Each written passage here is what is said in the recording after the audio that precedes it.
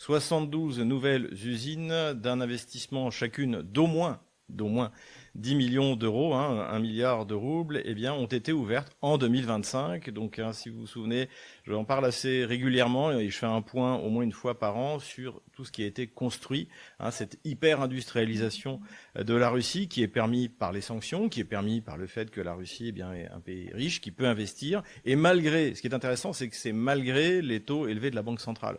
Donc il y a un énorme potentiel, encore une fois, industriel, même lorsque la Banque centrale fait n'importe quoi. Donc ça, pour les russophones, ou si vous utilisez Google Salut Translate, Benjamin, mais bienvenue. généralement ça marche pas très très bien avec le russe, vous pouvez aller le voir sur la page fabriquée chez nous, Zilale Unas. Il y a tout l'inventaire, donc ça va du traitement du titane, des Salut polymères, Todom. de l'aluminium, des turbines à gaz, de la cosmétique, de la construction, de la chimie notamment, de l'engrais, et j'ai noté particulièrement une usine de papier calque, puisqu'avant tout le papier calque, figurez-vous, en Russie, était importé, ce qui maintenant n'est plus possible. Donc, la Russie a remplacé les importations.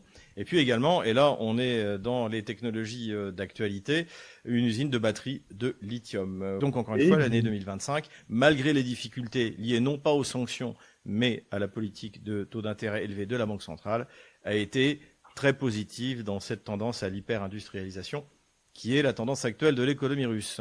Jusqu'à présent, cette analyse de l'économie russe, qui expliquait que les sanctions n'avaient pas touché la Russie, mais au contraire l'avaient aidée parce qu'elle avait su s'adapter, vous pouviez entendre ça chez Jacques Sapir, chez votre serviteur sur Stratpol, et maintenant c'est dans un journal suisse germanophone de référence, le Neue Zürcher Zeitung, qui a fait un article qui dit exactement la même chose que nous,